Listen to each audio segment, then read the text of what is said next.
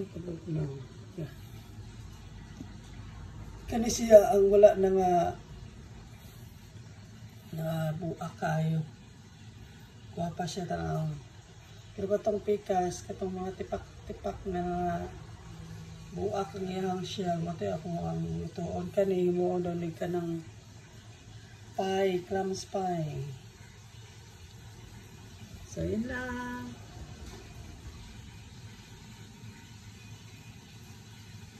Bugnaw pa yung tubig. Gahapon pa binigi kuan sa kong bana.